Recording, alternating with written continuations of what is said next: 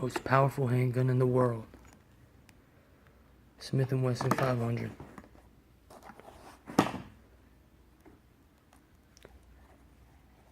What I use in it is 350, 500, and 700 grain rounds.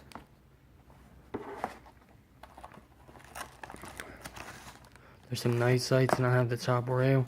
The only thing I don't like about it is the rail system. You have to get rid of the back sight. But other than that, it's a phenomenal gun. It comes with multiple compensators. The trigger flows very nicely whenever it is cocked. It's 2.5 pound trigger.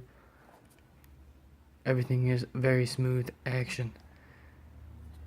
It does kick, but once you get the hang of it, you can shoot it one-handed.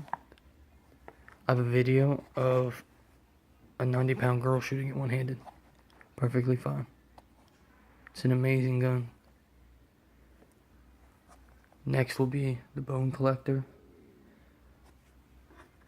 and the Alaskan.